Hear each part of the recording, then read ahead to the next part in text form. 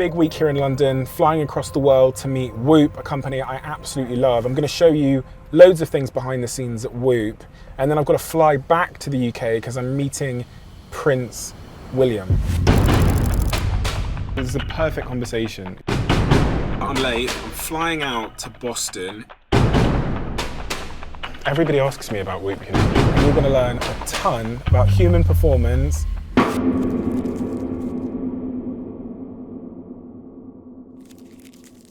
Also, one of you has won this book. From last week's vlog, I said, if you get this book, I will fly you to come and spend the day behind the diary. And in this episode, I'm going to reveal which one of you, the 80,000 of you, is now the proud owner of the very limited edition Diary of a CEO Gold book with a message written inside. I'll reveal that during this episode, okay? Stay tuned.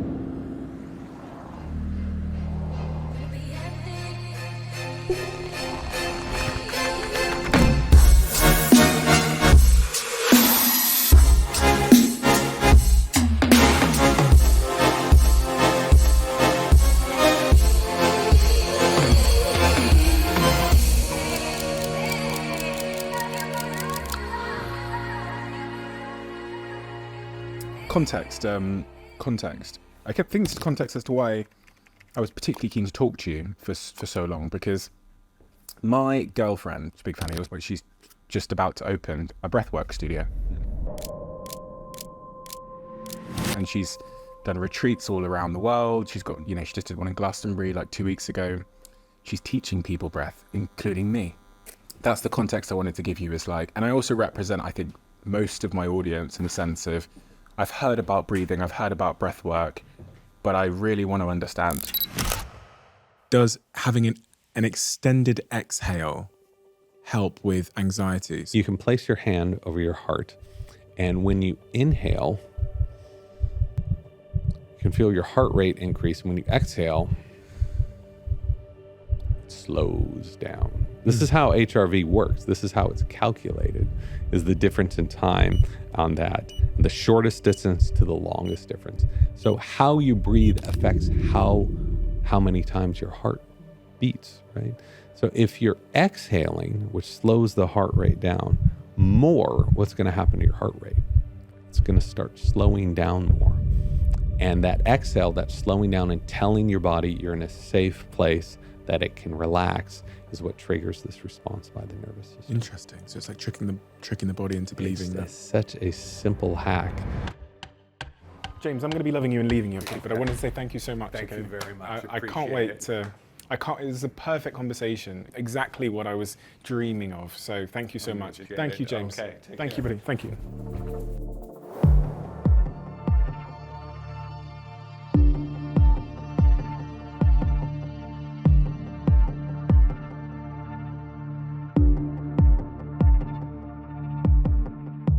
It's so mad, right? The room doesn't look like this on the thing. On I had a few people say that. Thank you. What do you think it looks like? Or just I don't like, know. It's weird.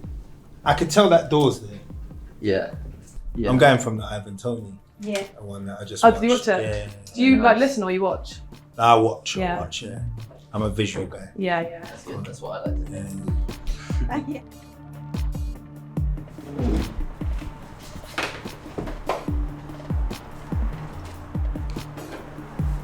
Hey mate, how are you? How are you Good doing? to see you again. You're looking suave, brother. Really suave. I appreciate it, man. Really Appreciate suave. it. I'm a strong believer in that.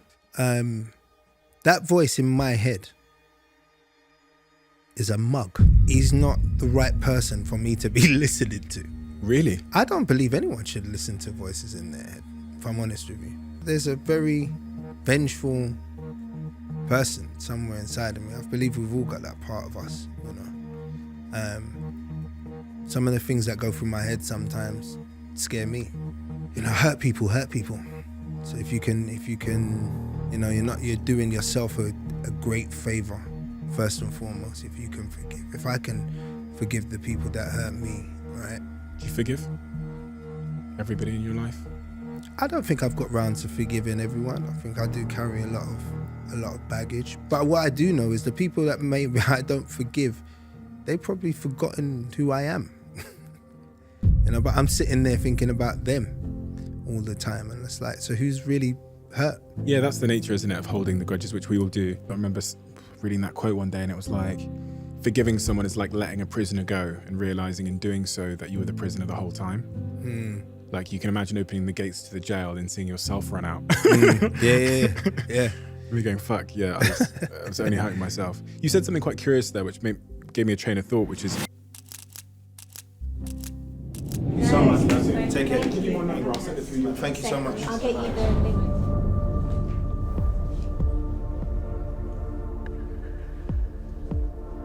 There'll be a time in my life where I finish a podcast conversation and I don't immediately rush to my phone to check everything's okay. Because that's what happens. I rush to my phone and I go, okay, 50 WhatsApp messages I've got. And it's like loads of approvals, and Flag Story have got a video that they want me to approve, and they've sent it to me there, and go down our new office. There's a big update about our new office we're moving into that I need to respond to. Team DOAC have sent a bunch of stuff. Catty at Third Web asking about a meeting we having coming up with my agent. And once I've looked at it, I relax. There'll be a time in my life at some point where I have no WhatsApp, email, angst. It's interesting. You are due, Michael's here for your monthly sync. Okay. Then Miller's going to join part of it. Michael will give you your agenda. So what we're doing meeting with Michael now? Yeah. And Miller's joining. Okay, so you need some stuff. I just need your top line thought. Okay. Just for trailer stuff. So the episode's just ended with Ashley Walters and with James Nestor. So me and Jack, one of the first things we do, sit down, look at some of my notes that I've written down from the trackpad under the table with the AI that's recording the whole fancy system we have here. Underneath the table, Jack has placed a trackpad. The trackpad is linked to my iPad, which is recording everything that I say and the guest says at the same time. This was Jack's idea. The idea came from, during the conversations, there's often really great things that they say that I forget and that I think will be useful potentially for descriptions or titles or thumbnails. But using this system where all I have to do under the table is just click the underside of the table, it highlights it, as I can show you here. It highlights it on the trackpad, what they've said. These are my actual highlights, but this is what it's heard and summarized from that. And then they'll do the same thing. So the team are all going to listen. Jack's going to listen. Jack was listening in real time. What were you doing? I take notes, but I also deal with the cameras. So yeah, I'll try and take any kind of thumbnail ideas. So this is James Nestor one before. I just like firing out thumbnail ideas. But then also down here, I'm taking notes of like the topics and then doing like subtopics for all of them. So these subtopics are basically like this. I think would be really good for the trailer. So we've color coded it within the production team. So this means trailer. This means condense that section because it got really interesting around here. This trailer bit that I thought would be really good because he goes, this would be a really big red flag, and he really emphasised that one, so I thought that would be really good. So if you're a parent and if you can hear them breathing when they're sleeping, this is a big red flag. So yeah, that's kind of what I'm doing, as well as like dealing with the cameras and the audio. It's interesting because also there's a team upstairs taking notes who will sit with the guests team. Who else is going to be taking notes at this point? So Ross is taking notes. Ross is one of our lead researchers here, also works in the guest booking team. So there's lots of people listening, lots of people forming their own opinions on where it will go, and then Jack will decide the direction from here. We'll decide what the conversation looks like. And I actually don't see it again in the episode until it's out. So people often ask me if I listen to them before they go out or anything like that. I don't listen to them before they go out. So it's now over to Jack's team to decide how the episode is packaged. We talk about this thing called alignment. So the title of the thumbnail, the trailer, and the episode are all aligned, which is basically making sure the topics are, when you click, you get what you expected, which is not as easy as it sounds. It's really difficult. If you really understood the full context of the amount of testing that goes on, I think we're fair to say that there's going to be 100 tests that happen from this point onwards, more than 100 tests in total that are going to happen from this point onwards. 100 different things that we're going to test before you see that James Nestor episode go live. Just for that James Nestor episode. That's right, isn't it? Yeah. Because there'll be 90 things on there. Yeah. And then there'll be lots of other things in testing. So What are the tests? tell you.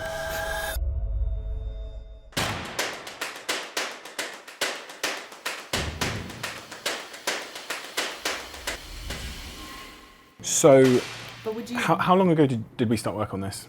say over a year? Hard work's gone into that. Do you know what I like about this? Is I've never seen a disciplined journal. I've never seen a disciplined journal in my life ever, but I've never seen people clearly care so much about the details in here. When people make these journals and they release them, what they do is they just kind of like plagiarize other formats from other journals.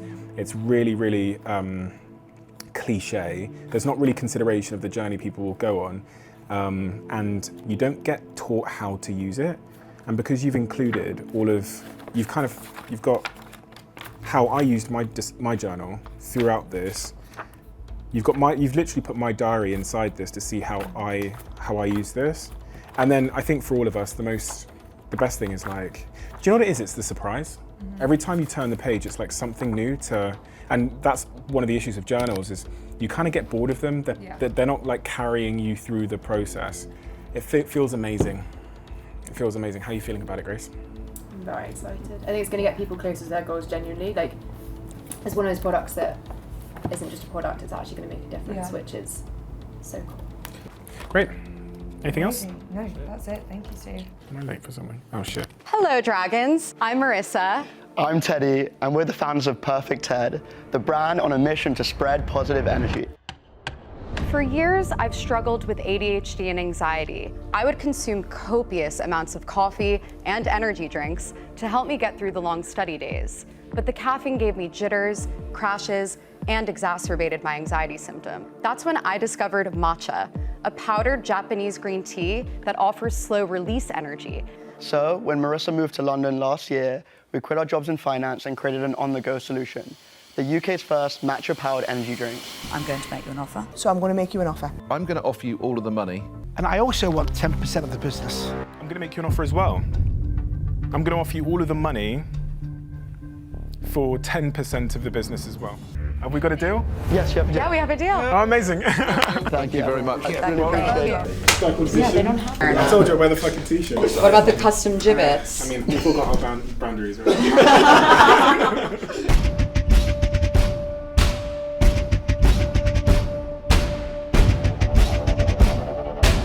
Before I go in, do you want to give me like updates on revenue or business or listings coming up? Just so you know. So we're fucking hot right now as a team, and like what we've all built together, you guys, us together, like has been incredible. And if it was about just the money, we obviously wouldn't be here. We want to do a partnership with you guys. We see the value in it already, and we love working with you.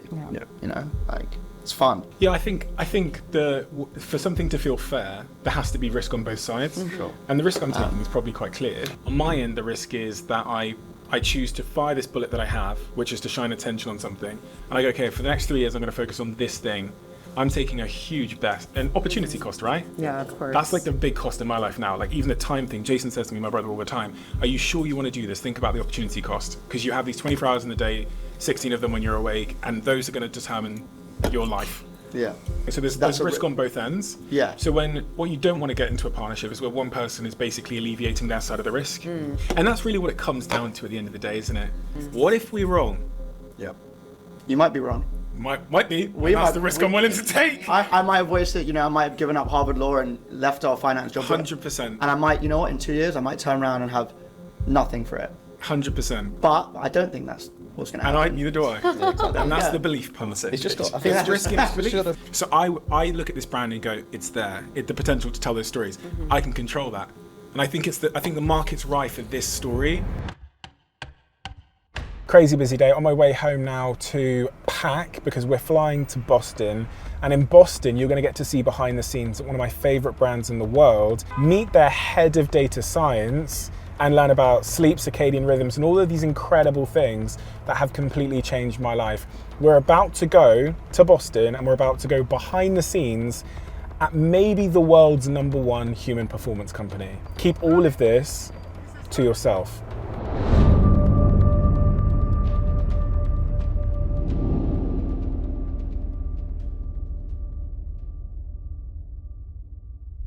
Okay, gang, it's me again.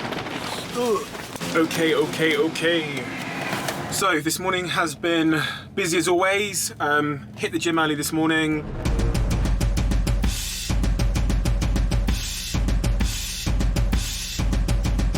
Meeting in the office with the founder of Until, Vish, which was really interesting, talking about scaling the business around the world. Until is a business that I'm a marketing co-founder of, and I'm an investor in. We've opened 2 sites in London already, in Liverpool Street and in Soho. And we've got a 3rd site opening in Marylebone, which I'm going to take you to so you can see the business and really understand it and understand the process of how the team are building it out. I love the team at Until. They're awesome people. Now, I've just jumped in the car, I'm late, and I'm heading to the airport. I'm flying out to Boston, and in Boston, I've got a talk with some great people, Reese Witherspoon, Andrew Huberman, etc., at a big conference there. I'm then heading over to Whoop. You guys know I'm an investor and a shareholder partner in Whoop. Hanging out at their HQ, doing some interviews for the brand in Boston. And then I'm sure there's some other stuff which I'm forgetting, and then I'm gonna come home. But while I'm in Boston, me and you are gonna have some fun. Gonna go to the gym, show you how I handle my life on the go. And yeah, another day in the life. We have arrived in Boston. Dom is here. Emma is here as well. She's already got here, and Will is here.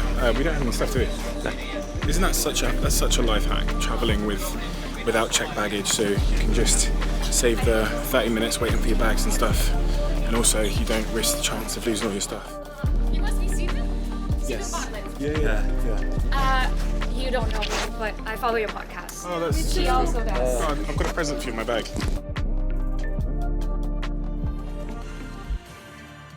64 degrees already in Boston at 6 o'clock. Really packed itinerary here in Boston. A lot of you will know the company Whoop. As you guys will know, I'm a partner in Whoop. I'm a shareholding partner in the company. They also sponsor my podcast and sponsor me. Business I absolutely love, and I really mean that. To be honest, I don't even charge my phone sometimes, but my Whoop has to be charged because I wake up in the first thing in the morning and the information on my Whoop tells me everything that's going on inside my body, and I use that information to essentially plan my day. So for me, Whoop is one of the more important parts of my life at the moment, and it's a privilege and an honor that they also sponsor me. Today's gonna be a busy day.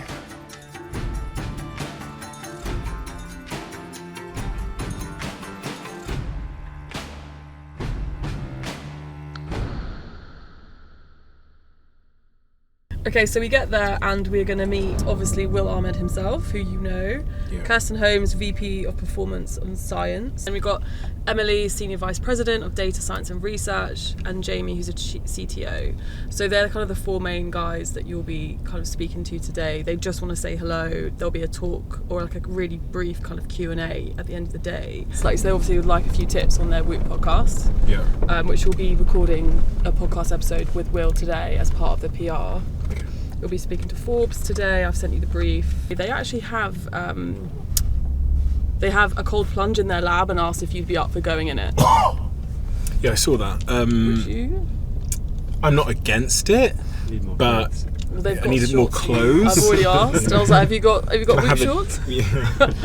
It's up to I you. wouldn't have eaten the things I ate on that flight if I knew I was going to be taking my kit off. You got sweet greens for lunch? How are you? Pleasure to meet you. This is Travis. Hello, Travis. Nice to meet you. Pleasure. Pleasure to meet you. Nice to meet you. How are you? I'm Dom. Nice to meet you. Dom, great to meet you. Nice to meet you. Great to meet you. So good to be here. So awesome. So the wall here that you'll see is just some what we call Whoop in the Wild. Some various athletes, celebrities that have worn Whoop over the years. Some of them more interesting than others. Like we have some obviously Olympians, and then we have people like Luke Combs. So it's very far-ranging, but we always like to sort of celebrate those moments. It sounds really cool. It's a really cool kind of shot. One of the favorites of the office. So.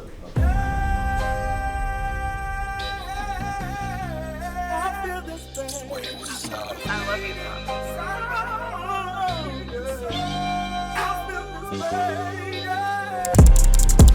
Everybody asks me about Whoop, Like I was saying to the guys, I did like 15 radio, TV interviews last week, and every single one of them, the first question was about sleep.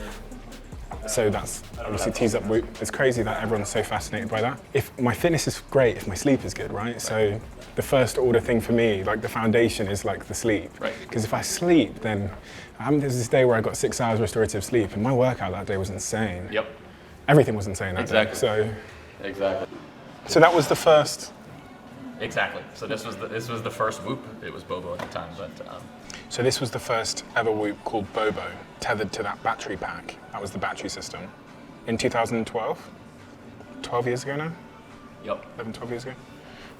So that's got a battery pack on it as well. Mm-hmm. And then it's interesting because it shows how sometimes for innovation to occur, timing really matters because you're relying on other hardware innovation.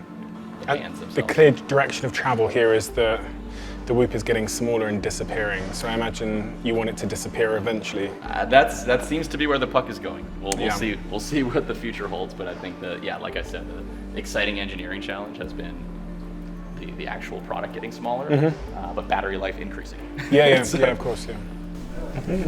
Hello, Joel. You're right. Nice to meet you, Stephen. Pleasure. Nice to meet you. Nice to meet you. Hi. Thanks for taking the time. Thank you for having us. We just put a few things out, but of course, everything in the room is fair game. If you see something you want to talk about or something that catches your eye, we'd be happy to talk you through it. This. So this is our second version of our sleep mask. The original was one band, and this is adjustable for your head. So we can definitely get you one. We don't have a leopard version, sadly. Yeah, because the one that I've got doesn't do that. Is it just totally flat? It's just totally flat. How does it feel against your face? Not great. Yeah. This felt like it was designed for eyes. Exactly. This gives you a little more space while still blocking light. So we tested this downstairs, and we saw an increase in time of sleep and in REM. Really? Yes. Gosh. I mean, we just built this last year, but here is kind of like the ideation board for what the next version would be as well. Thank you so much for the tour and all the information. Thank you so much. Appreciate you. Thank you. Are you coming in as well? Yeah. Thanks for showing us around. Hello, Will. You're right. How are you? Good to see you again. Thanks for being here. Thank you for having me. This place is incredible. How are you finding the new space? How has it changed things? How the teams work? I think in general people are pretty energized by it. You know, if you get a chance to walk around it all. Oh yeah, if we've seen everything. Yeah, it's great. This space, for what it's worth, was like a fairly crazy investment for us because in the dead of COVID, it was like a hole in the ground. Yeah. And we stood on the rooftop of where the Sitco sign is, looking at this hole, and we said this is going to be our next headquarters. And at the time, if you think about pre-vaccine, COVID, everyone's on Zoom. And everyone's saying that the world is never going to return to... no one's ever going to go back to the office. So anyway, it was a contrarian bet, but I think it turned out right. It's one that I was preaching about because same with the podcast, like we never recorded over Zoom. And but also our teams have always been in the office. So our kind of philosophy is that we're in office, but we trust you to make decisions for yourself. So if there's something you have to go do, like we assume you're taking care of your life. Yeah. And we don't have to know what you're doing, but we're an in-office team. And I think I think it's a really good bet because at the most fundamental level, I think there's this kind of decay of community in the outside world. Churches, pubs are shutting down in the UK. So work is carrying more of the weight in terms of like IRL community. So it's an opportunity, I think, for companies. And it's really worked out for us. Yeah, so... Let's do this. Do you want a coffee or water or anything? I'll get a black coffee, yeah. That'd be great. So I was wondering, you're interviewing so many experts on the podcast that have to do with health and wellness. Do you sometimes walk away feeling like, gosh, which path should I follow?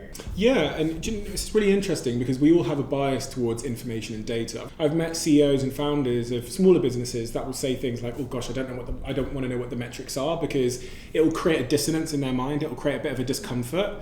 And if I don't have the data on what's going on inside my body, it's like operating with the lights off.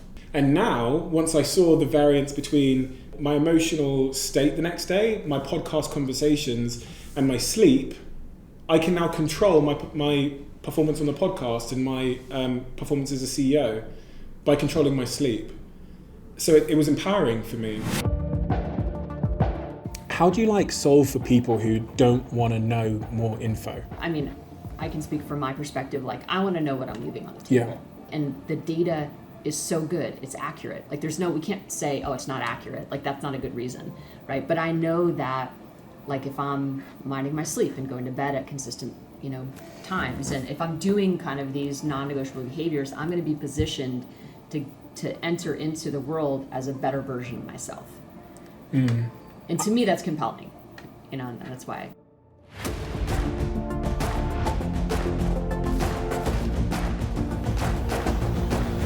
Okay, quick one. The winner of the Gold Diary of a CEO book, which is signed with a message in that invites you to come and spend the day behind the diary, is Megan. Congratulations, Megan. Thank you for subscribing to this channel. In every single episode of this vlog, I'm going to pick one of our subscribers and I'm going to give them a special behind the scenes access related prize. So hit the subscribe button if you want to win some cool stuff. And thank you for following us on this journey.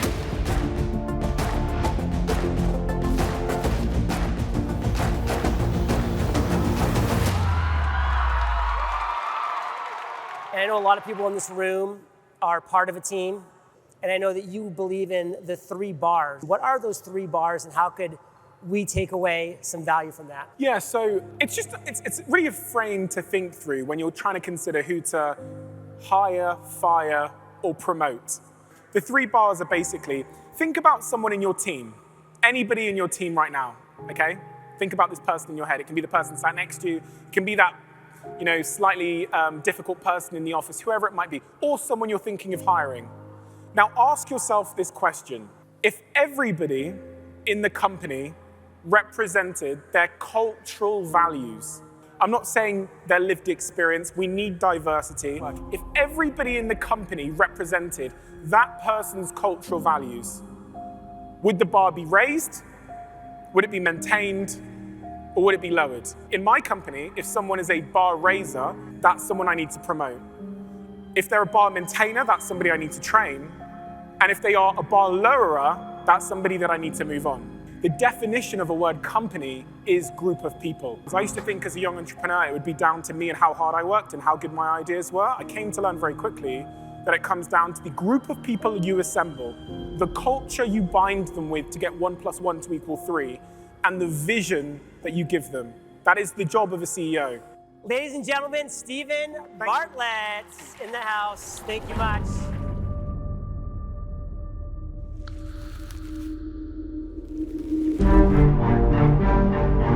Steve started vlogging, I just left to go to the gate.